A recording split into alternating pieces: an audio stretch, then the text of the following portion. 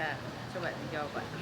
Ya, saat ini kami berkunjung ke Polda Metro Jaya sehubungan dengan adanya laporan polisi saudara atau klien kami Angel Elga dengan terlapor saudara Vicky Prasetyo beberapa waktu lalu. Dan sekarang kami lakukan koordinasi tentang perjalanan perkara tersebut atau penyidikan, di mana setelah kami konsultasi, mungkin kami akan hadirkan saksi-saksi lagi untuk memperkuat laporan dugaan tindak pidana, baik itu memasuki perkara tanpa izin dan pengerusakan. Karena ada beberapa cerita, ada beberapa kronologis perkara yang tidak diungkapkan dalam penyidikan ini, kami akan hadirkan saksi lain dan saksi ahli lagi untuk menyempurnakan laporan polisi ini, yang mana terlapornya adalah Vicky Prasetyo dan kawan-kawan, sekitar 4 atau 5 saksi yang disebut dalam berita acara pemeriksaan tersebut. Kawan-kawan itu termasuk keluarganya juga, Bang? Ya, entah itu keluarga, ada hubungan keluarga atau apapun juga itu urusan lain, tapi di sini kan pribadi, lepas pribadi ya. Kenapa Bang harus memanggil saksi ahli lagi? Saksi ahli itu untuk mempertegas atau memperjelas suatu peristiwa hukum yang dilaporkan, apakah itu memasuki unsur dugaan tindak pidana atau tidak, apakah itu wilayah perdata atau pidana, itu maksudnya.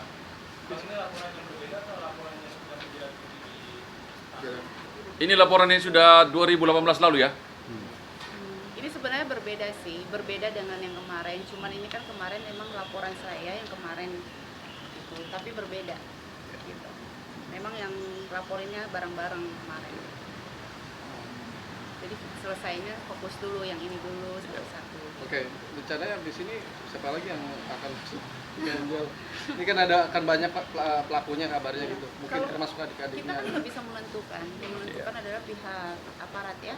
Saya orang yang dirugikan, yang dicemarkan, yang difitnah, ya saya mengikuti proses hukum ini kan. Jadi ya saya ikutin aja. Begitu saya lapor nanti tahap-tahapnya seperti apa ya saya ikutin. Apa yang disuruh polisi, saksi apa segala macam ya saya ikutin rangkaiannya. Memang sudah ada kan dari pihak mereka itu hubungin saya, manajernya dia. Ada kata-katanya juga sudah kirim ke saya juga, perminta maafan dari dia ke saya dan mau ketemu dengan saya. Tapi saya memang kemarin-kemarin kan belum ada waktu ya, karena saya masih ada mau nyelesain syuting iklan kosmetik, masih syuting juga. Jadi saya belum ada waktu untuk bertemu dengan mereka, tapi sudah ada chat dari mereka juga ke saya, permintaan maaf lah terhadap saya. Menjul, untuk orang-orang yang kemarin sempat bilang katanya memasuki pengarangan rumah Mbak Angel tuh bagaimana, itu ada keterkaitan dengan Vicky kan, mungkin anggota keluarga itu bagaimana? Ya pastinya kan dengan membuat onar di rumah saya, masuk tanpa izin dan segala macam, ya menurut kalian benar nggak? Hah? Mbak Angel, Nah, tapi kalian bisa jawab. kemarin pihak sana membantah adanya yang masuk ke rumah itu. Ya sekarang gini, mereka punya hak untuk membantah, membela diri. Tapi kenyataannya kalian sudah lihat kan seperti apa, proses hukumnya seperti apa. Itu sudah menjadi jawaban buat saya bahwa kita tuh harus percaya negara kita ini negara hukum, dan kita nggak boleh berbicara sembarangan, bertindak sembarangan. Kalau pihak mereka membela diri, selalu membangun opini, kan memang kelihatan kenapa dia lakukan ini terhadap saya. Kuncinya kan sudah kelihatan sebenarnya dari awal. Kenapa dia menjebak saya, mendorong saya, memfitnah saya? Yang dia bangun kan opini, seolah-olah saya ini istri begini, begitu, begini, begitu. Itu tujuan awalnya dia. Jadi pada saat sekarang pun, setelah polisi sudah menentukan ini orang bersalah nih, tersangka nih, dia akan terus menciptakan opini. Pengacaranya berbicara opini terus yang dia giringin. Tapi ingat, kalian coba perhatikan deh, kalian sebagai awak media nih semuanya ya, coba perhatikan, pernah nggak sih satu kali pengacaranya dia jujur mengatakan bahwa hasil visum saya, ya coba deh tanya dia, komentar nggak dia masalah hasil visum saya? Ya, setelah saya sudah menjelaskan kronologi bagaimana saya ada di dalam kamar, oke, itu itu hak siapapun percaya atau tidak itu terserah, karena yang dibangun opini seperti itu ya, itu saya nggak bisa berteriak orang harus percaya saya, enggak. Maka dari itu saya menempuh jalur hukum, karena kalau saya berbicara pasti kan namanya orang hidup ya, ada yang suka ada yang nggak suka, itu biasa, dan saya tidak mau pusingin dengan komentar orang lain. Karena itu saya masuk ke ranah hukum, biar diselesaikan. Tetapi kalian coba perhatikan, yang dia bangun terus pengacaranya adalah opini terus seolah-olah saya begini, tapi pengacara ini kan dia nggak mau jujur dengan dirinya sendiri nih, bahwa Angel Elga sudah diberikan SP3, bahwa Angel Elga ini sudah divisum dan hasil visumnya negatif, dan itu bukan dari saya, dari kedokteran dan kepolisian. Pernah nggak sih dia ngebahas itu? Itu loh kuncinya, kunci itu dulu deh. Jadi poinnya tuh sebenarnya udah dapet ya, saya cerita kronologi, tapi kronologi ini kan karena waktu itu kalian masuk ke kamar saya, menyorot ke rumah saya, itu saya sudah ada di dalam. Tapi kronologi bagaimana dobrak seperti apa kan tidak disebutkan. Kan ini sudah selesai nih, tahap itu sudah selesai nih. Akhirnya mereka ketahuan nih menjebak saya salah. Nah, saya minta tolong, gitu. Berbicaralah seapa adanya. Kayak kemarin saya lihat lagi di YouTube berita kan, dia mengatakan dia ini sengaja mau adu domba saya dengan media, dengan aparat ya. Dia seolah-olah bilangnya media harus disalahkan, media harus dilapor. Jujur, saya katakan saya orangnya, saya memang nggak ngerti hukum, tapi saya tidak mau mengkambing hitamkan orang lain. Ya dong, kalian ini kan yang masuk ke rumah saya tidak tahu permasalahannya apa. Misalnya kalian diundang, ayo kita bertamu ke rumah orang ini. Pikirannya kan, oh ya udah bertamu baik-baik. Tapi setelah sampai di sana, tiba-tiba dia membakar rumah saya atau dia mendobrak itu rumah saya, kan kalian tidak tahu. Berarti bukan kalian yang harus saya salahkan kan? Iya kan? Nah, tapi kan dia sengaja mau adu domba saya. Terus ngomong juga kemarin masalah persidangan. Lucu gitu. Dia ini membentuk opini begini, dia baca kan itu kan, tapi dia tidak baca sampai habis. Saya bilang, ini orang kok jahat ya, membentuk opininya terus seperti itu. Dia bilang bahwa jaksa begini. Ini dia sengaja, dia mau adu domba saya dengan aparat, dengan media. Tapi jujur saja, saya ini udah menunggu 2 tahun keadilan ini. Saya tidak mau diadu domba. Saya sudah berterima kasih kepada kepolisian, bekerja sangat baik dan sangat teliti. Dan saya juga berterima kasih kepada jaksa, dan juga saya berterima kasih kepada ketua hakim, ya hakim. Saya serahkan semuanya, saya jalankan. Ini Mbak Jel terkait soal Vicky yang masih terus ya mungkin tadi bilang membangun opini dengan tulisan-tulisan story-story di Instagram dan gitu yang bilang Angel beginilah segala macam.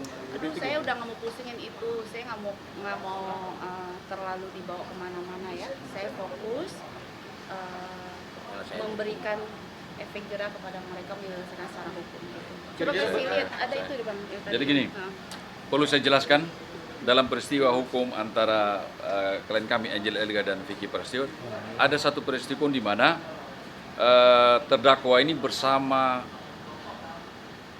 dan kawan-kawan ya, kategori kalau hukum itu memasuki rumah, terus di-shot oleh media, menurut dakwaan jaksa ya, masuk ke dalam kamar dan ada klien kami Angel Elga bersama Vicky Alman. Ini satu peristiwa hukum. Setelah itu mereka berstatement di media mengatakan bahwa telah terjadi perzinahan dan lain-lain. Diakses oleh media, terus didistribusikan sehingga bisa didengar, ditangkap, menjadi suatu berita oleh khalayak ramai. Ini satu peristiwa. Tetapi dalam peristiwa ini ditanggapi ada kedua belah pihak dengan upaya hukum. Ada yang dilaporkan oleh saudara Vicky Prasetyo, di mana peristiwa hukum yang dilaporkan adalah peristiwa yang saya ceritakan tadi ini. Di dalam penyidikan tersebut, hasil akhirnya adanya SP3, surat penghentian penyidikan perkara, dengan pengertian bahwa apa yang dilaporkan dugaan tidak perzinahan itu tidak cukup bukti, maka dinyatakan peristiwa itu bukanlah suatu tindak pidana perzinahan. Itu pertama. Kita hubungkan lagi dengan dugaan tindak pidana lain yang dilaporkan Angel adalah dugaan tindak pidana pencemaran nama baik yang melanggar undang-undang ITE. Dengan tidak terbuktinya dugaan tindak pidana perzinahan akibat tindakan mereka dan ucapan mereka di media, maka laporan polisi Angel tentang dugaan tindak pidana pencemaran nama baik sempurna, memenuhi unsur bahwa mereka berkata-kata melakukan tindakan itu mengakibatkan tercemarnya nama baik Angel Elga. Makanya perkara tersebut P21 dan disidangkan di Pengadilan Negeri Jakarta Selatan. Nah, sekarang laporan polisi ini yang sekarang di Polda ini adalah dugaan tindak pidana pengerusakan. Karena mereka masuk ke pekarangan itu dengan cara merusak pintu masuk ke dalam kamar. Ada satu peristiwa yang dipotong. Gitu. Jadi kalau ada yang statement tentang dakwaan jaksa yang menceritakan tentang peristiwa itu, Iya. Vicky Prasetyo dan kawan-kawan masuk ke rumah mendobrak pintu menemui istrinya bersama laki-laki lain, itu adalah dakwaan jaksa.